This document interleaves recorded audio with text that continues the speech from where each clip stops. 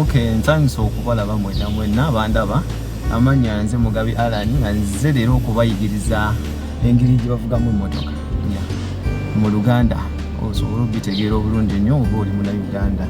Kati kye tugenda okusooka nakyo bw'oba oyingidde mu mmotoka ekintu ekisookera ddala kwe kwesiba omusipi munnange era okwewala traffic kusumbuwa. Kino kitwale nga essomo lyo erisoose.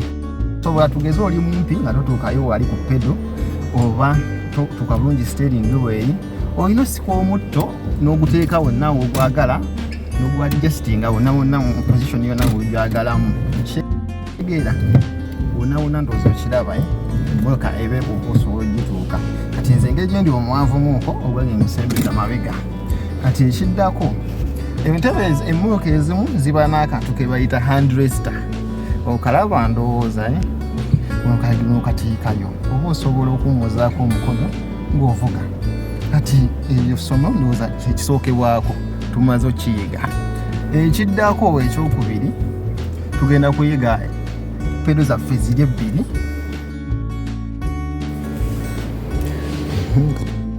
Kati nga bw'olaba kati wano emmotoka ekikabe ekiti ekya wiishi kirina gunzi 3 wano olaba nga pedo ezisatu naye nga guno guba muliro eno brake naye ate eno twandibadde tuyita hand brake naye ate eno teba hand brake eba foot brake oba emergency brake eno oba parking brake kyonna kyoba oyagadde ekyoba ogiyita naye nga ebivuga tulinawo omuliro ne brake bye bino. Kati tugenda kuddako tuyige engeri ki gy'olina okukozesaamu omuliro guno. Omuliro oba ogulinnya otulina okukozesa okugulu kumu okuvuga emmotoka ekika kya automatic kino. Tolina kukozesa amagulu abiri bwe bati kiba kikyamu. Olina kukozesa okugulu kumu bwe kuti. Okulinnya ku gundi olina kubanga kuli flexible nga olinnya ku muliro at the same time n'oba nga oyagala ku brake nga n'olinnya ku brake. Ekyo kibeera simple olinnya ku muliro nomala n'olinnya ku brake. Kintu kyangu nnyo wano wo owumuliza ekigere in case nga emmotoka etandise okutambula wano owumuliza ekigere ekyo cause tetulina clutch wano emmotoka eba automatic eba ne pedals bbiri wano owumuliza ekigere ekyo wano kyegede wano owumuliza ekigere bulungi noba nga ovuga wano ndowooza awo tuvuddewo kati awo katudde ku muliro manya katudde kuzi. Kati tulina kyetuyita kagiya liva kaffe kaakano. Tulinako kyetuyita parking, tulinako reverse, tulinako abantu abamu ebazannya nnyo okukoleeza lwa nsonga abantu abamu bayokya serefu zaabwe lwa nsonga wakwata ekisumuuzo kinyola okutandika emmotoka gistarting alimizaamu okitegeera naye nga enkoleeza entuufu erina kuba beeti otambuza n'otambuza ogenda olabanga ekisaawa kyase ekisaawa ekyaka awo faani byonna biba bitandise okweteekako radio ngekulaga nti emmotoka etandise okubeera on. Kati waliwo ne kyetuyita start okustartinga ogiramu omulundi gumu kasita emmotoka etandika owulira sawundi nti emmotoka etandise okutokota era ne wano mu kisaawa eba ejja kukulaga eba ekulaga nti kati engine etandise okuspininga olaba wano eba ekulaga nti engine eri mu kuspininga gwe muliro ogwo kyegedde ate obuzaabuzibwa era ogenda olaba buli kimu nga kikola buli kimu nga kyase mu mmotoka yo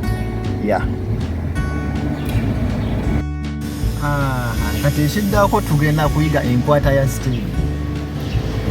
Abantu balina engeri gye bakwatamu steering ey'enjawulo abamu bakwata batya abalala bakwata batya abalala bagikwata eno naye nga enkwata ennungi ya steering yaffe tulina ogikwata bwe tuti era bakodooza olaba ituyita 10 to oba they call it 9 to 3 kuba steering bagibalanga olaba essaawa kati okuwa direction entuufu gy'olina ogikwatamu babala nti kati ugeze wano waliwo 9 wano waliwo 3 nawe okubira ku ssaawa kati okwatamu booti era olaba ng'ogikwata wano olaba ng'ekigalo kituulayo bulungi nnyo kitegedde abamu bagikwata wano naye nga ebitakkirizibwa bye bino kitegedde naye nga ogikwata booti kiba kirungi nnyo kuba kikuyamba.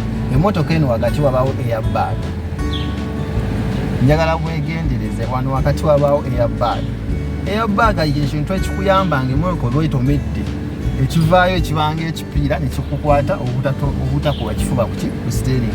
Kati wona okwata steering bw'oti oba ofunye in case ofunye accident egundi eno ejja kukumenya emikono oba ekipiira kyo kivaayo ne pressure y'amaanyi kiyinza okukumenya emikono naye wegikwata bw'oti nga we nkugamba bw'oti kikuyambako kuba yo eyabbaga ejavaayo ekukwata ekifuba naye tejja kukosa mikono. So kyolaba nkwadvisinga okwate steering yo bw'oti. Kintu kyangu nnyo. Kati woba okutte steering yo bw'oti si bikaseera nti oba olina obwetaweta. Abantu abasinga obungi balowooza ng'omuntu ayiga nti emmotoka bw'otandika ogivuga olina gibanga ogikyusiriza bw'oti naye nga si kyekituufu. Emmotoka yonna bwegitwala nga akutta amayembe g'eggaali ogitwala bw'oti era emipiira ejja gibweta egizzeeyo. Bw'oweta bw'oti naye egenda kudda eri, bw'oweta bw'oti egenda kudda eri. So tekyetaaga kubanga eva oli bw'oti nti oba olaga nnyo nti ovuga niki nga kintu kyangu nnyo. Ekirala oba olina okugyamu kye tuyita hand brake ng'ogenda otandika emmotoka yo. Kati yeeno gye nabalazeeko wansi oginyiga n'evaayo era ebeerako ekigambo on off, push on push off. Okay, kati so oba ekito bwe kibeera nga we mbalaze nti ebeera mu ddi kati awo oba oteeka buteesi mu parking ng'emaze okutambula. Naye kati ekiddako process eddako yakubeera ku kkubo kati mu subscribinga onyiga akadde ngenda kubba nga nkuleetera aka video akalala nga nkulaga engeri y'okubeera mu kkubo nga tumaze okukola ebyo byonna ebisooka. Weebale nnyo bantu.